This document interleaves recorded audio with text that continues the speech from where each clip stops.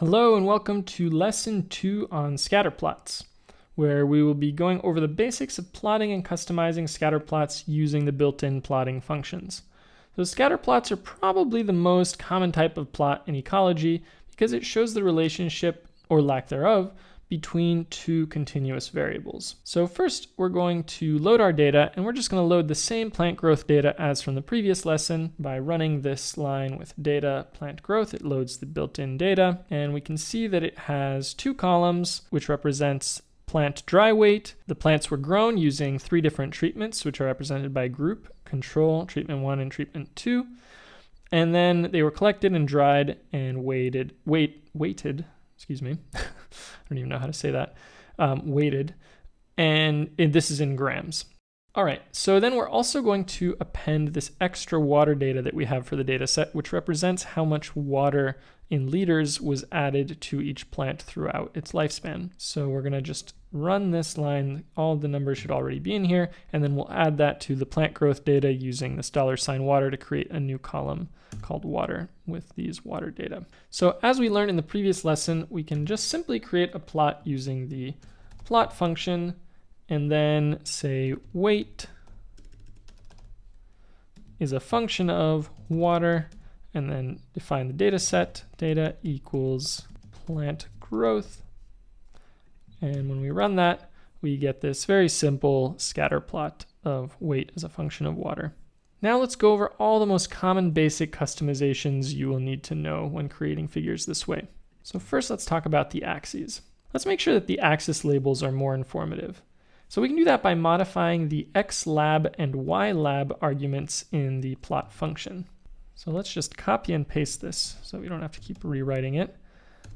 And then we'll hit a comma to add a new argument.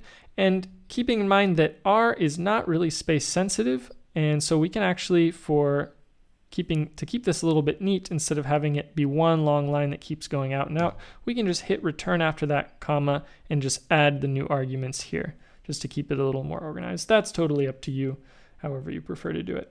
All right, so we'll add in the xlab argument.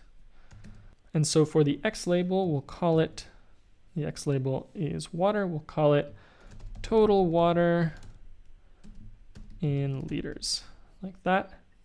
Add another comma there. Then we'll do the ylab argument equals dried biomass weight in grams.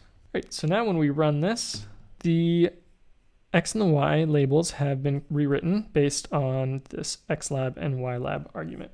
Then let's add a little bit more space around the points by making the axis ranges a bit larger using the xlim and the ylim arguments. So what I mean is, for example, these points are very close to the edge, and maybe just for for composition's sake, you want to add a little more space around these points just to keep it a little, I don't know, maybe you think it'll look better this way. So we'll do xlim equals, and then you add a little vector using the concatenate function, or the C, that ranges from the minimum x value to the maximum x value that we want. So let's go from a little bit more, let's add a little space here by starting at 1.25 and then go all the way to 3.75. Okay, and then ylim, do the same thing. We'll start at 3.25 and go to 6.75. And now let's run that. And there you go. Added quite a bit of space. This might be too much space, but I'm just kind of doing this to show you how it works. Okay, so now let's move on to the points themselves. Let's change the shape of the points to circles that are filled in by changing the PCH parameter. Sometimes open circles like this are useful, especially when you have a lot of overlapping points, because then you can see them. But other times, I think in most cases, it's nice to just have filled in circles. So we'll do that. And again, we'll just copy and paste this down here so we don't have to rewrite the whole thing. And we'll add in the arguments, or the argument, PCH equals 16. And if we run that, you'll see that the points are all now filled in. Now you can play around. There's a lot of different PCH values. You know, if we did 10, for example, we get these circles with crosses inside. If we did 9, we get these diamonds with crosses. There's all sorts of different symbols with using PCH, but 16 is the most common and the simplest and best to use in most cases. So we can also change the color of the points using the COL function. And then we can just use quotes and write out red, for example, and run that, and now all the points are red.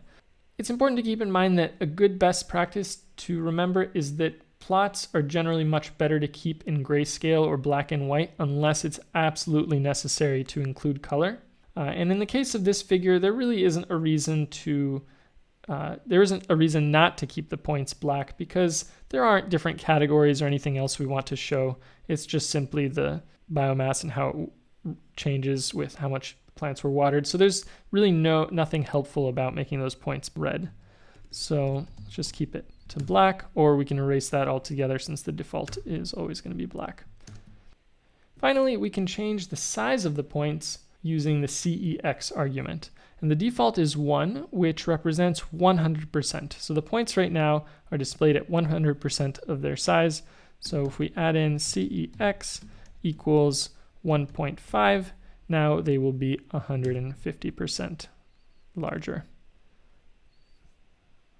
Want to make them really big, we can double their size by making CEX equals 2. Great, so that's it for this lesson.